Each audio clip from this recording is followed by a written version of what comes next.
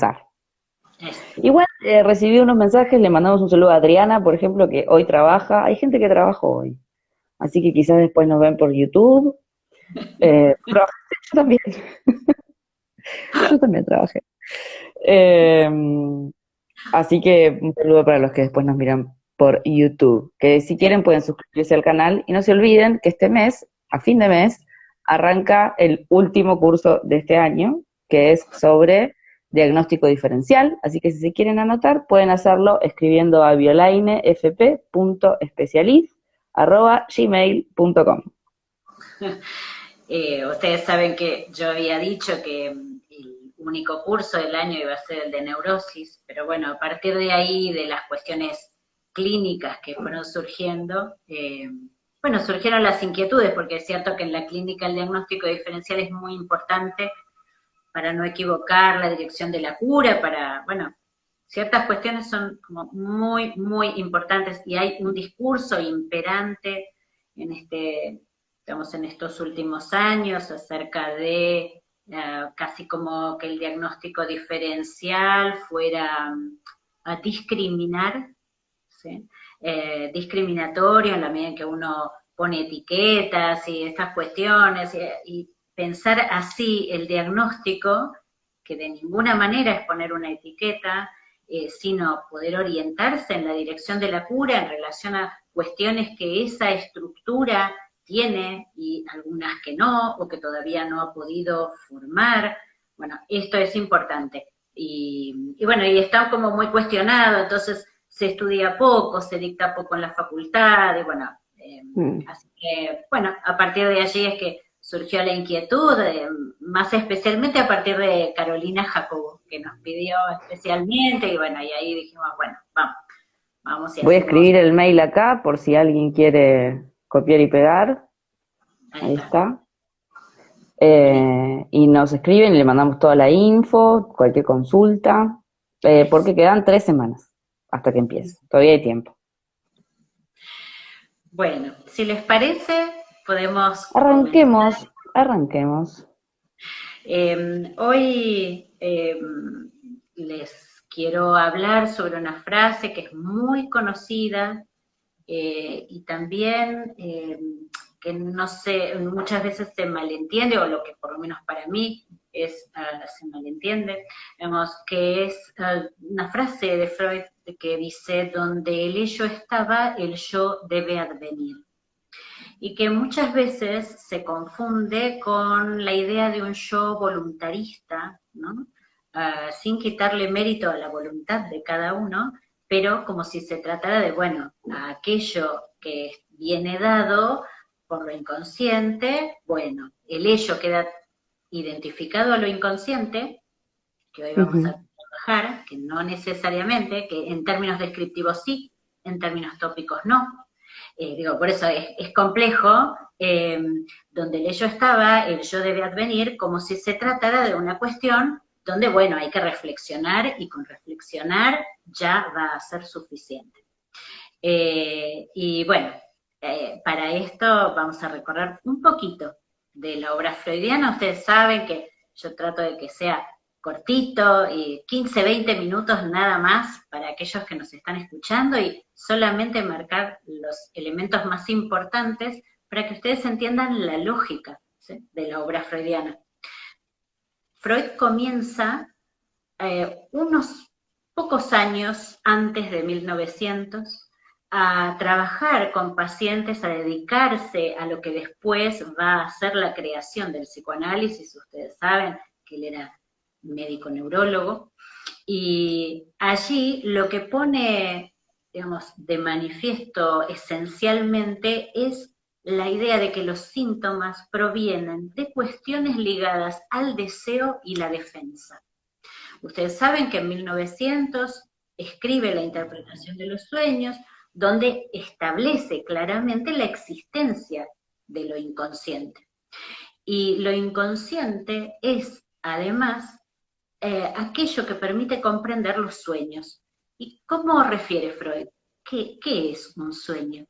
El sueño es la realización de un deseo. Y esto que se repite mucho es por esta razón que yo les pido recorramos un poquito la obra freudiana, porque después Freud amplía mucho ese concepto y a veces se repite y está, a ver, entiendo y es parcialmente cierto, ¿no? Se repite muy rápidamente, bueno, el sueño es, ¿no?, la realización de deseos y todo esto, pero agrega después, pasada la guerra, que de lo que se trata, además de algunos sueños que por supuesto son realización de deseo, que de lo que se trata es de algo que va mucho más allá del deseo y que es el goce, es lo traumático. ¿Mm? Pero ¿cómo llega ahí? Entonces vamos a ubicar, en principio, como decíamos, al inicio, la idea de la terapia analítica es que el síntoma es un amasijo, podríamos decir así, de palabras. ¿Sí? Y entonces van a encontrar en los distintos historiales que el síntoma surge como una forma de lenguaje, que esto es en lo que se basa Lacan para trabajar todo lo que tiene que ver con la cadena significante, ¿no? Entonces, en Juanito va a estar The Glance in the Nose, en algún momento, no me acuerdo si es en Juanito o es una mención, en realidad, no es en Juanito, es una mención a uno de los casos que describe Freud, donde habla del brillo en la nariz, o por ejemplo cuando trabaja en El hombre de las ratas, Ratten, ¿no?, como plazos, y ustedes van a encontrar todo el prolijo trabajo que hace Freud en relación al lenguaje. Entonces, el síntoma está hecho de palabras, de lo que se trata es del deseo y de la defensa, ¿no?, del sujeto frente al deseo. Pero, ¿qué surge allí, en el medio de todo esto? La Primera Guerra.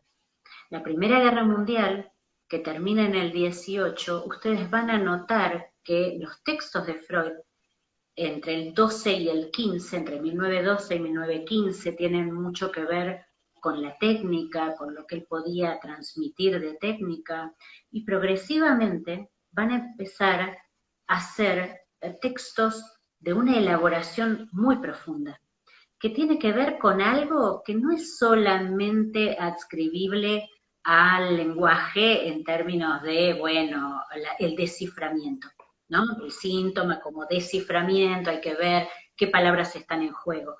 Lo que empieza a aparecer allí es que a partir de 1918 vienen los soldados, y esos soldados acuciados, horrorizados por lo que han visto en la guerra.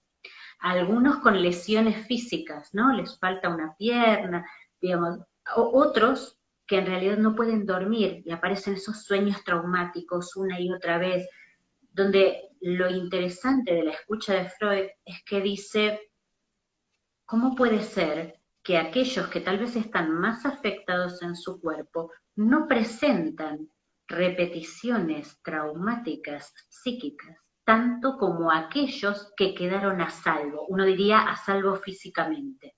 ¿Mm? Es decir, que no han tenido secuelas en el cuerpo.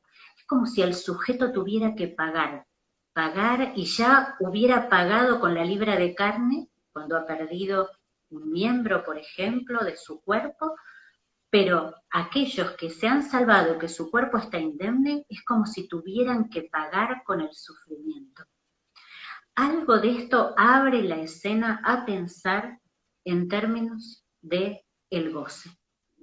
Piensen que en 1919 Freud habla de pulsiones y sus destinos y empieza a hablar de cómo ese lenguaje empieza a girar, ¿no?, loco sobre el sujeto. Todo esto ustedes lo entienden, aquellos que han estudiado Lacan, lo entienden como obvio, pero esto no olviden que lo descubre Freud, y lo descubre de la mano de esos soldados, donde el lenguaje empieza a enloquecer, y entonces, dice Freud, aparece, por ejemplo, no sé, supongamos, ¿no?, como ejemplo, el yo daño, el él me daña, o ella me daña, digamos, el otro, pero aparece el dañarse, aparece la cuestión del masoquismo.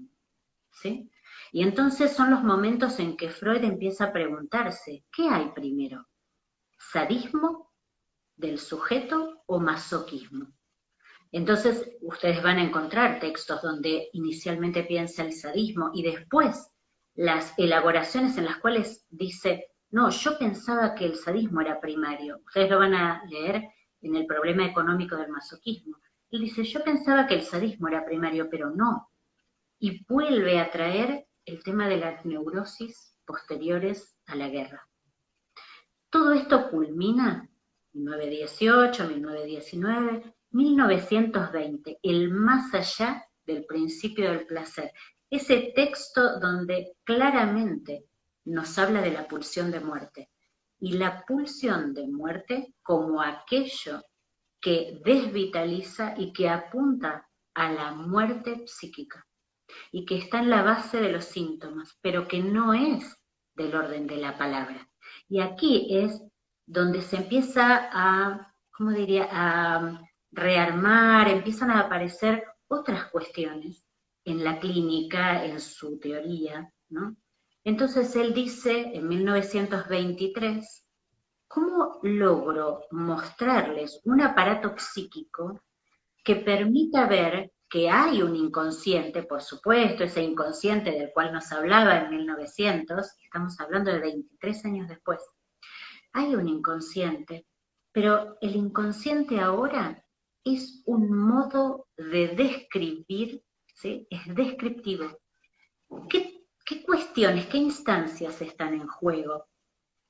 Y entonces él dice, además de ese inconsciente de palabras, de huellas mnémicas, de recuerdos y todo eso que ha trabajado y que es absolutamente concreto y que tiene que ver con las curas que ha llevado adelante, lo que hay es un espacio en el aparato psíquico previo a toda simbolización, donde es el reino de la marca que no es significante, que es una marca en el cuerpo. Entonces él describe el ello, y yo se los contaba en uno de los reels, como el caldero hirviente de los cuentos infantiles. ¿Vieron? El ello es el reservorio pulsional, es algo que está bullendo en el interior del sujeto.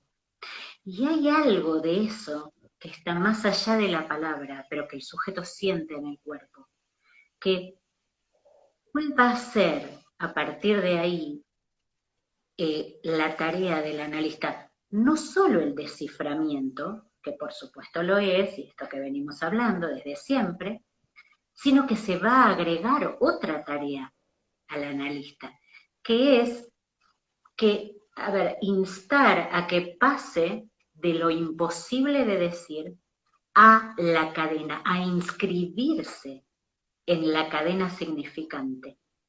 Es decir, lo que muchas veces no se entiende cuando Lacan dice producir lo inconsciente, ¿no? Y alguien dice, pero ¿cómo producir lo inconsciente? Si el inconsciente es el factor que produce los síntomas, no se entiende, porque tiene que ver con esto. Entonces, pasar de lo imposible de decir a que esté incluido en la cadena significante como inconsciente para después poder desarmar eso. ¿Comprenden? Es una tarea anterior que se suma. Eso es producir el inconsciente. Pasar de Exacto. lo imposible de decir. Pasar de lo imposible de decir a producir, pasar de la marca al significante. Lo que Lacan llama la letra, digamos, pasar de la letra al significante. Y ahí sí producir entonces el desciframiento. Entonces, yo les quiero dar un ejemplo hoy, porque a veces esta tarea, digamos, cuando yo les digo que se sigue como repitiendo algunas cosas que son de la primera etapa, ¿sí? De la obra de Freud, y está muy bien, pero pareciera como si estuviéramos hablando de dos etapas opuestas, y no es así, es que se agrega una dificultad, ¿sí? Entonces, vamos a... ¿Cuál es la frase, entonces, que... Donde el yo estaba, dice Freud, el yo debe advenir. ¿Qué es el yo? Es eso imposible de decir. ¿Y qué es el yo? El yo no es el yo voluntarista, en esta línea, digamos, que describe Freud.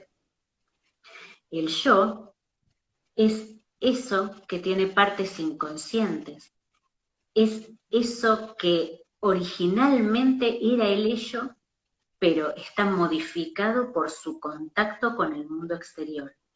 Entonces, ese yo, ¿sí?, es producir, es pasar de lo imposible, es decir, del ello, a que el yo debe advenir. Ese yo que de alguna manera tiene que ver con poder poner en la cadena significante. ¿Comprenden? Donde el ello estaba, el yo debe advenir. Es decir, eso, esa cadena que me caracteriza, que es mi cadena significante, la de cada uno en singular. Entonces, el ejemplo que les quiero dar hoy es de una paciente que yo tuve hace muchos años, que ella había sido una niña de la calle. Lo que aquí en Argentina se dice en situación de calle, es decir, una niña que, bueno, cuyos padres, bueno, tenían ciertas características, entonces esta niña vagaba por las calles pidiendo limosna, y como efecto de eso, con los años, yo la atiendo cuando ella ya es más grande, ya, bueno, ya fue adoptada luego, fue rescatada de las calles, adoptada, estudió, bueno. Y trabajando sobre estas marcas, siempre lo que aparece es un frío, pero un profundo frío en el cuerpo, siempre. Pero un frío que no se lo podía sacar ni en verano.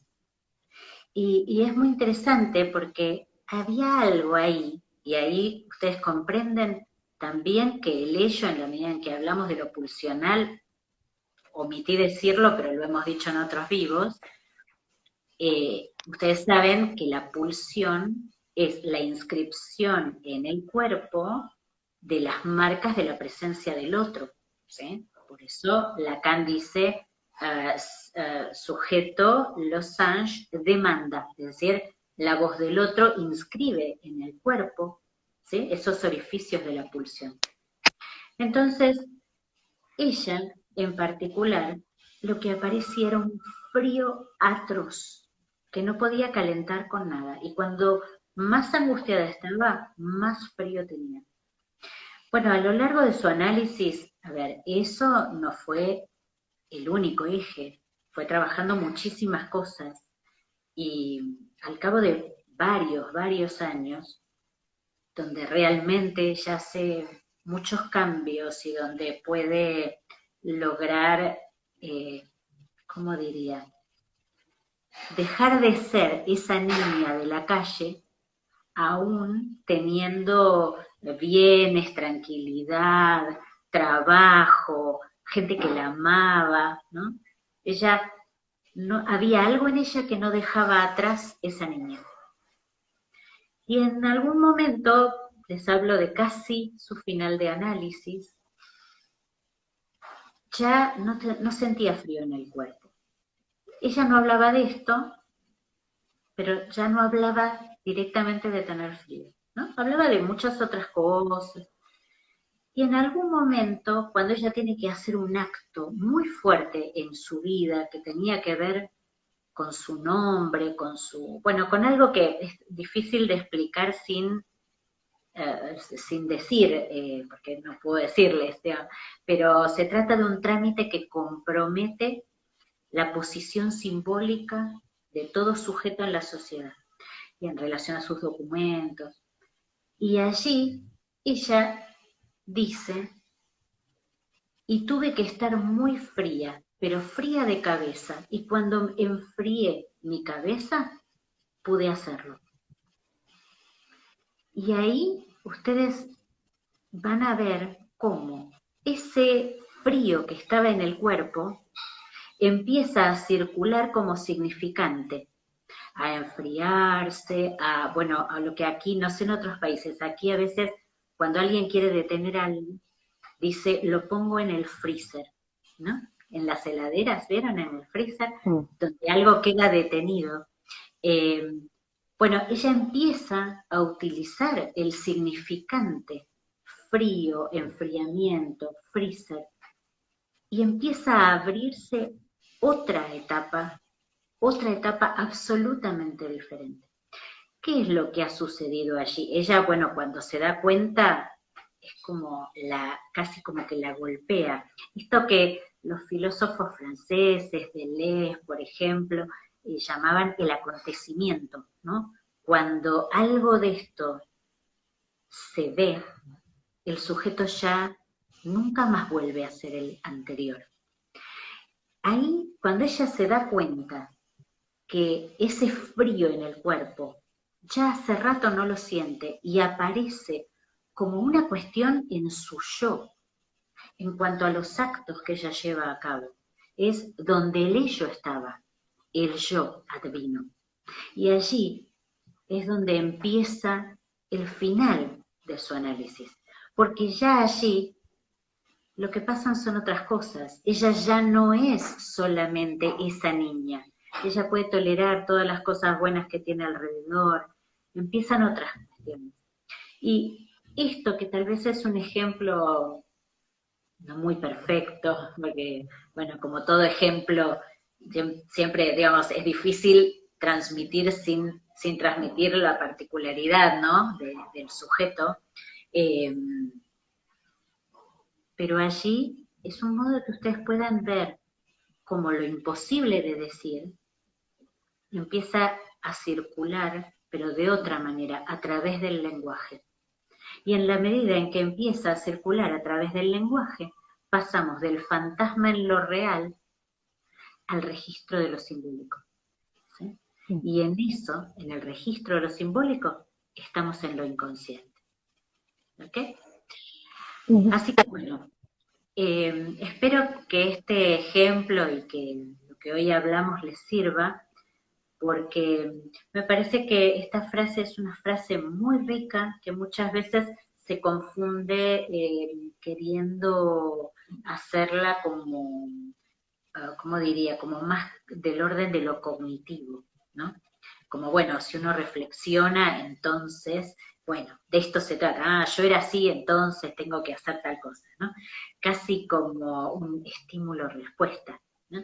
Y justamente, muy por el contrario, en el psicoanálisis de lo que se trata es de la elaboración y el pasaje de registro, ¿sí? De lo real a lo simbólico. ¿Mm? Bueno. Bueno, muchas gracias a los que se unieron en este día feriado. Si recién llegaron, en un ratito lo pueden mirar por YouTube o en nuestra página de Rayuelas Lacanianas. Los invitamos a todos el viernes que viene, gracias Lu, a otro nuevo vivo de Rayuelas Lacanianas y buen fin de semana. Buen fin de semana. Nos vemos. Chao, chao. Adiós.